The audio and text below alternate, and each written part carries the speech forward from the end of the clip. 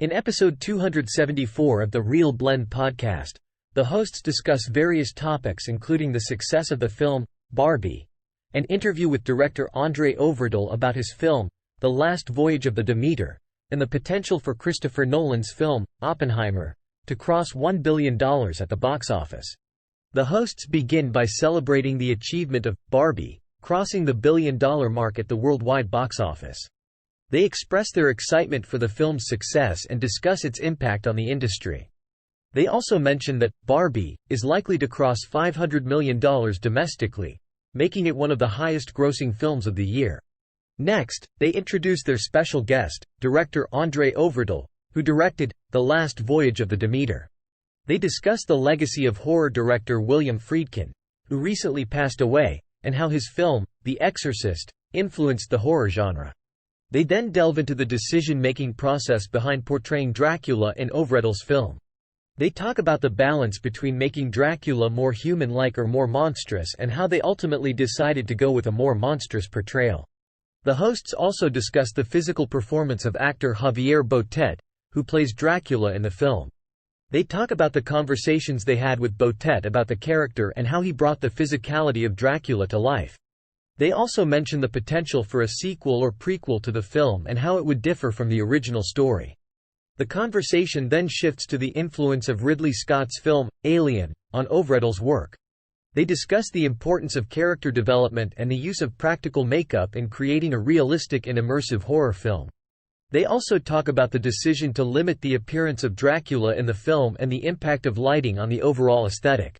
Towards the end of the interview, the hosts ask Øvredal about his future projects and whether he has been approached to direct any established franchises. Øvredal mentions that he is open to different opportunities and hopes that people will enjoy his film and recognize his talent as a filmmaker.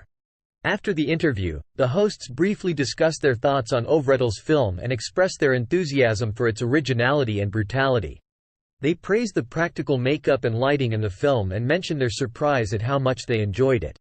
The podcast then concludes with a discussion about the success of Barbie and its significance in the current cinematic landscape.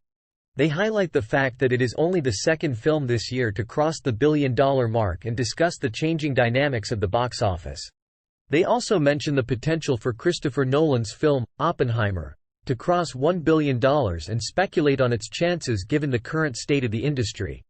The hosts acknowledge the impressive performance of Barbie at the box office, which has surpassed expectations and proven that original films can still attract audiences. They express frustration with Hollywood's tendency to learn the wrong lessons from successful films, such as greenlighting multiple movies in the same weekend or combining unrelated films.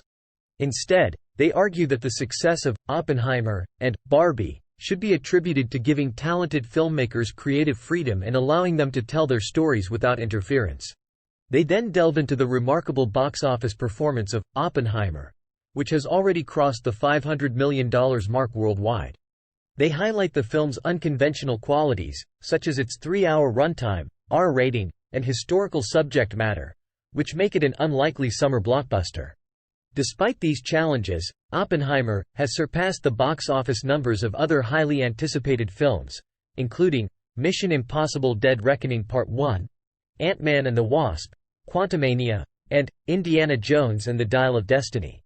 The hosts marvel at the film's success and question whether any other filmmaker in their generation, aside from James Cameron, has the ability to generate such box office numbers.